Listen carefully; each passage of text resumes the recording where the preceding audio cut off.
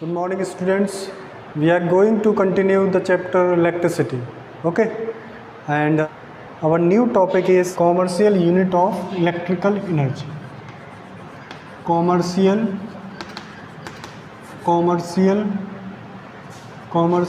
unit of electrical energy. ठीक है,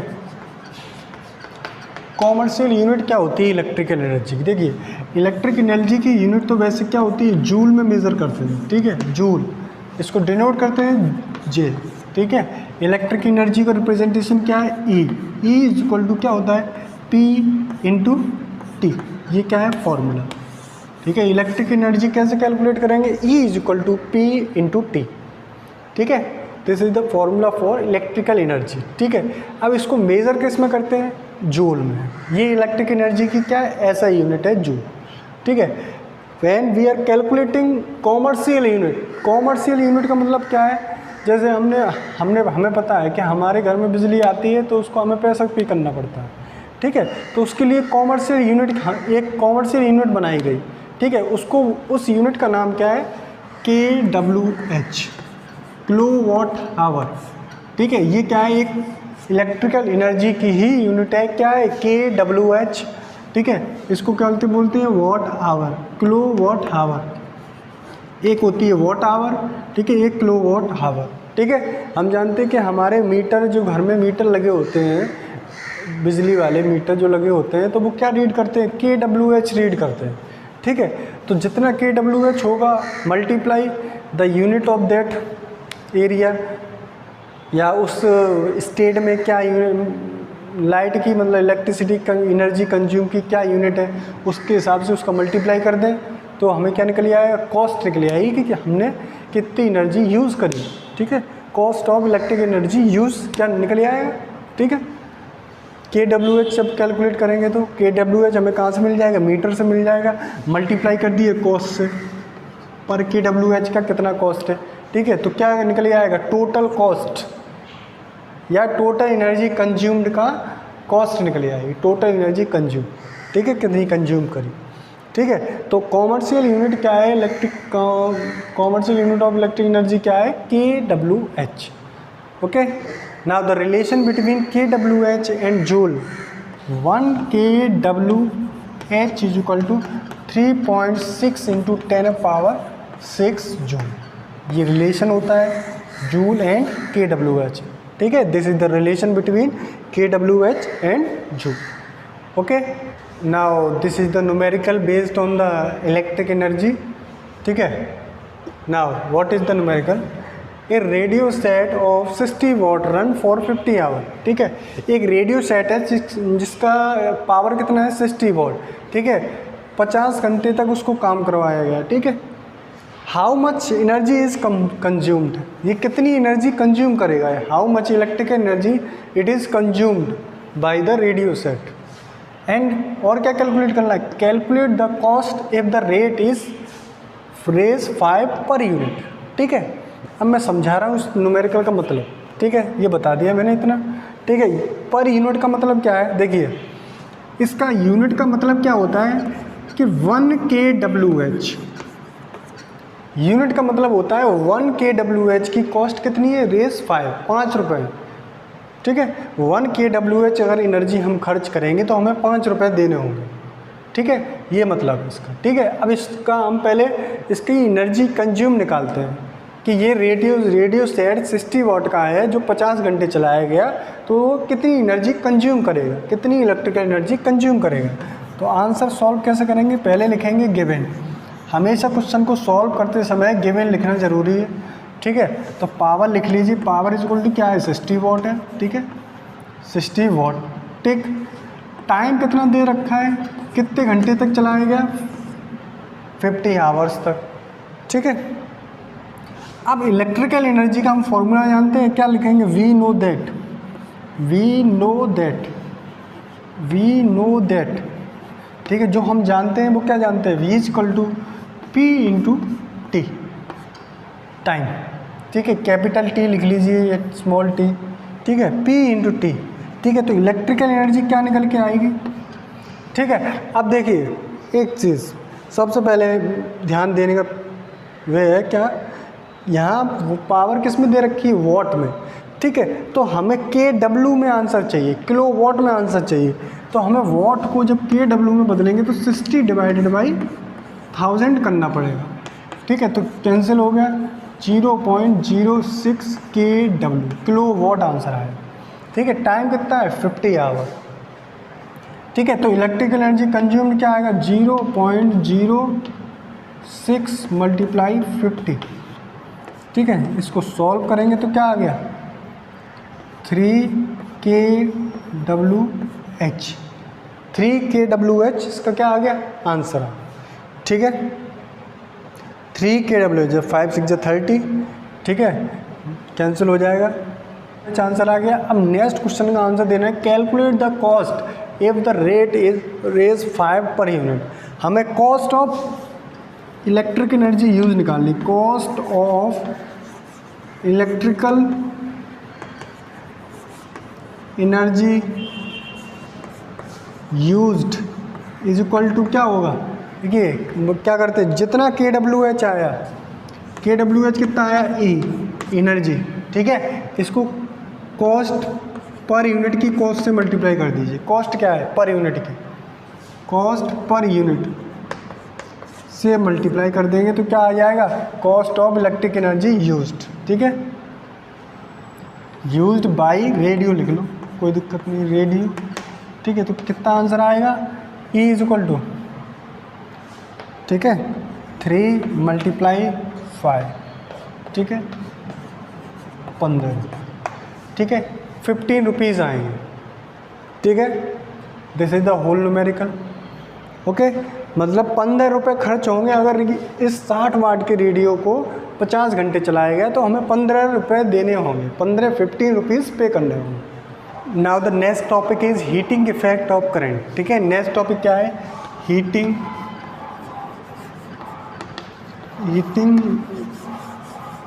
effect of current, heating effect of current.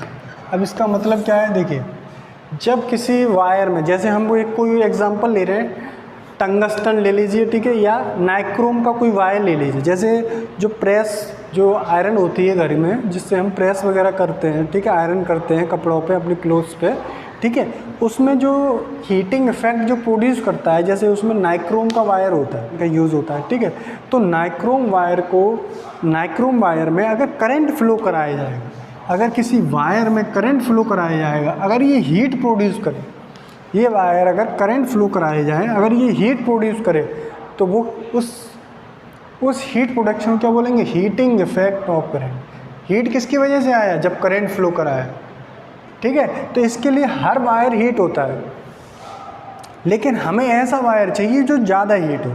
जैसे हमारे घर में आयरन वगैरह होती है, ठीक है, तो हम ऐसा नहीं कि हम उसमें कॉपर वायर भी लगा सकते हैं, ठीक है। कॉपर वायर का यूज़ क्यों नहीं कर रहे, कॉपर वायर भी हीट होता है, लेकिन कॉपर वायर इतना हीट नहीं होगा जितना हमें रिक्वायर्ड है, क्योंकि नाइक्रोम क्या है, नाइक्रोम को हम जब करंट फ्लो कराते हैं, कि नाइक्रोम एक एलॉय है, तो एलॉय में जब हम करंट फ्लो कराते हैं तो क्या वो ज़्यादा हीट होगा। और कॉपर क्या है, गुड कंडक्टर, ठीक है, तो वो हीट कम होते हैं, ठीक है, मेटल्स हीट कम होंगे इन कंपैरिजन टू एलॉय, ठीक है। इस वजह से हम आयरन में प्रेस बोल रहा हूँ, आयरन में, ठीक है, बल्ब में एलॉय का यूज़ होता है।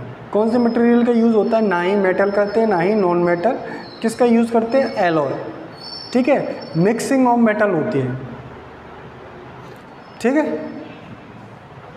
तो एलॉय, जब किसी एलॉय में जब करंट फ्लो कराया जाता है तो उससे हीट पैदा होती है। जो हीट की जो अमाउंट जो निकलेगा, हीट को रिप्रेजेंट करते हैं एस से, जो अमाउंट निकलता है वो क्या होता है, I² R × T। ये क्या निकलेगी, हीट निकलेगी, ठीक है। This is the formula for heat calculation, ठीक है। मतलब किसी वायर में अगर करंट I फ्लो कराया गया और उस वायर का रेजिस्टेंस था R, ठीक है, और कितने टाइम तक करंट फ्लो कराया गया, T टाइम तक, तो जो हीट प्रोड्यूस होगी वो क्या होगी, H = I² R × T, ठीक है। अब ये हीट भी क्या है, एक तरह की क्या है, एनर्जी है। हीट भी क्या है, एक तरह की एनर्जी है। तो इसको भी किस में मेज़र करते हैं, जूल में मेज़र करते हैं। हीट भी क्या है, एक तरह की एनर्जी, हीट भी क्या है, एक तरह की एनर्जी है, जिसको किस में मेज़र करेंगे, जूल्स। ठीक है। अब देखिए हीट यहाँ से क्या दिख रहा है, हीट डायरेक्टली प्रोपोर्शनल है आई स्क्वायर के, मतलब जितना ज़्यादा करंट बढ़ाते जाएंगे उतना ज़्यादा हीट बढ़ती जाएगी उस नाइक्रोम के वायर में, और जितना ज़्यादा करंट, ठीक, तो हीट डायरेक्टली प्रोपोर्शनल होता है किसके, करंट। ठीक है, करंट के स्क्वायर के। ठीक है, जितना ज़्यादा ये बढ़े करंट बढ़ेगा उतना ज़्यादा हीट बढ़ेगी। ठीक है, तो रेजिस्टेंस के डायरेक्टली प्रोपोर्शनल होता है। मींस देखिए कॉपर वायर का, यहीं से मैं समझा रहा हूँ, कंडक्टर, अगर कंडक्टर लेंगे यहाँ पे तो कंडक्टर का रेजिस्टेंस कम होता है in comparison to alloy. Alloys का रेजिस्टेंस ज़्यादा होता है। ठीक है, जिसका रेजिस्टेंस ज़्यादा उसकी हीट ज़्यादा। जिसका कंडक्टर है तो कंडक्टर का रेजिस्टेंस कम, इसका कंडक्टर का रेजिस्टेंस कम तो इसकी हीट कम। तो कंडक्टर यूज़फुल नहीं है फॉर हीटिंग इफेक्ट, ठीक है, पैदा करने के लिए। हीटिंग इफेक्ट पैदा करने के लिए कंडक्टर बेटर नहीं है। ठीक है, कौन बेटर है, एलॉय बेटर्स। ठीक है, और डायरेक्टली प्रोपोर्शनल टू टाइम। ठीक है, अगर टाइम, जितने ज़्यादा टाइम तक करंट फ्लो कराएंगे उतने ज़्यादा टाइम तक हीट प्रोड्यूस होती रहेगी। ठीक है, this is the heating effect of current. ठीक है, next application of heating effect of current. जैसे मैंने बताया इलेक्ट्रिक आइलैंड में यूज़ होता है, गीज़र में यूज़ होता है, टोस्टर होते हैं उसमें यूज़ होता है। इन सब में कौन सा मटेरियल यूज़ करेंगे, कंडक्टर की बजाय एलॉय यूज़ करते हैं। कंडक्टर का रेजिस्टेंस, यहीं से मैंने बताया, कंडक्टर का रेजिस्टेंस कम होता है तो हीटिंग इफेक्ट कम प्रोड्यूस करेंगे। एलॉय का रेजिस्टेंस ज़्यादा होता है तो ये हीटिंग इफेक्ट ज़्यादा प्रोड्यूस करते हैं। ठीक है, तो इस वजह से क्या एलॉय का यूज़ किया जाता है, जैसे नाइक्रोम वायर का। ठीक है, नाइक्रोम, टंगस्टन, इनका यूज़ किया जाता है हीटिंग इफेक्ट के लिए। सेकेंड एप्लीकेशन है इलेक्ट्रिक बल्ब बनाने में। इलेक्ट्रिक बल्ब बनाने के लिए टंगस्टन का यूज़ किया जाता है।